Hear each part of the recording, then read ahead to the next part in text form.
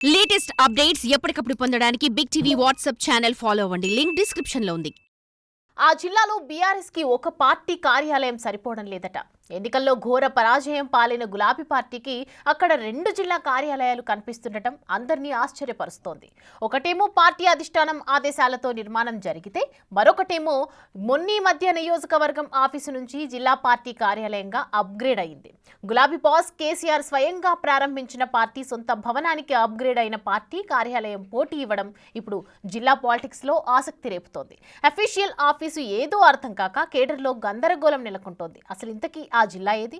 ఆ పార్టీ కార్యాలయాల గోలేంటి?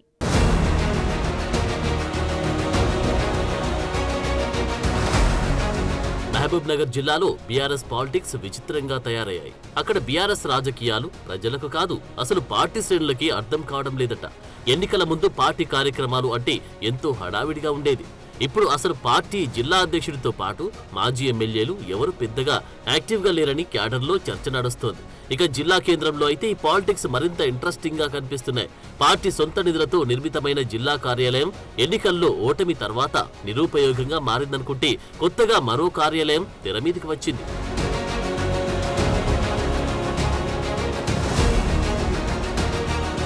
మహబూబ్ నగర్ అసెంబ్లీ నియోజకవర్గం బీఆర్ఎస్ కార్యాలయం ఎన్నికల తర్వాత ప్రమోషన్ పొందింది. అందుకేనేమో ఇప్పుడు ఏకంగా జిల్లా పార్టీ కార్యాలయం అని స్టిక్కర్ మార్చేసుకుంది. వాస్తవానికి అసెంబ్లీ, లోక్సభ ఎన్నికల సమయంలో జిల్లా పార్టీ కార్యాలయం వద్ద ఒకరో ఇద్దరో కూడా కనిపించేవారు కాదు.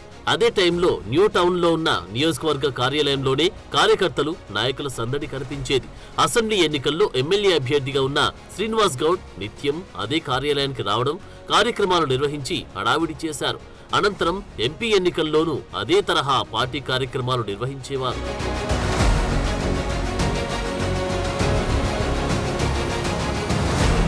అంతవరకు బాగానే ఉన్న అకస్మాత్తుగా నియోజకవర్గ పార్టీ కార్యాలయానికి జిల్లా పార్టీ కార్యాలయంగా పేరు మార్చడం గులాబీ క్యాడర్లో చర్చనీయాంశమైంది.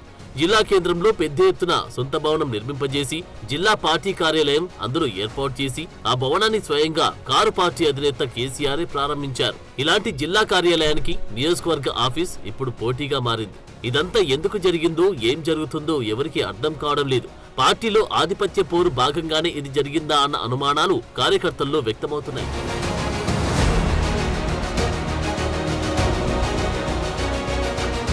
చర్చల మాజీ ఎమ్మెల్యే లక్ష్మారెడ్డి ప్రస్తుతం మహబూబ్ నగర్ జిల్లా బీఆర్ఎస్ అధ్యక్షుడిగా కొనసాగుతున్నారు.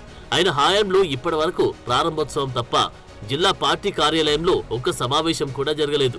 అసెంబ్లీ, లోక్సభ ఎన్నికలు జరుగుతున్న సమయంలోనూ ఎలాంటి సందడి లేకుండా బోసిపోయింది. జిల్లా పరిధిలోని నియోజకవర్గాల్లో ఎమ్మెల్యేలు కేంద్రంగా పార్టీ వ్యవహారాలు కొనసాగాయి.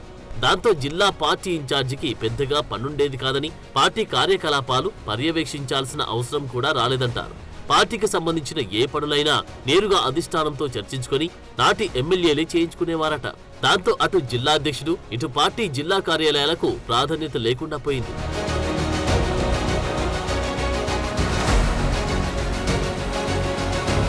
ఎన్నికల తర్వాత సడన్ గా మరో జిల్లా కార్యాలయం పుట్టుకురావడం జిల్లా రాజకీయాల్లో హాట్ టాపిక్ గా మారింది. మొదటి నుంచి లక్ష్మారెడ్డి, శ్రీనివాస్ గౌడ్ మధ్య కోల్డ్ వార్ నడుస్తుందన్న ఊహాగానాలు వినిపిస్తున్నాయి. జిల్లా పార్టీ కార్యాలయంలో కార్యక్రమాలు నిర్వహించకపోవడంతో శ్రీనివాస్ గౌడ్ పర్యవేక్షించే నియోజకవర్గ కార్యాలయంలోని పార్టీ హడావిడి జరుగుతోంది. లక్ష్మారెడ్డి పట్టీ పట్టనట్లు వ్యవహరిస్తుండడం వల్లే ఇలాంటి పరిణామాలు చోటు చేసుకుంటున్నాయని క్యాడర్ భావిస్తోంది. జిల్లా కేంద్రంలో తాను హడావిడి చేస్తే మాజీ మంత్రి శ్రీనివాస్ గౌడ్ తో తనకు నేరుగా అభిప్రాయ భేదాలు వస్తాయని, లేనిపోని తలనొప్పి ఎందుకని లక్ష్మారెడ్డి భావిస్తున్నట్టు చెప్తున్నారు.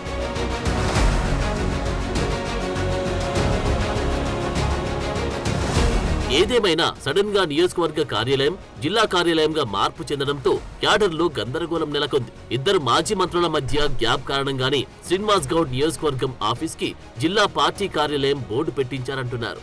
మొత్తానికి ఓటమి తర్వాత కూడా పాలమూరు జిల్లా బీఆర్ఎస్ నేతల రాజకీయం ఎవరికి అంతుపట్టకుండా తయారైంది.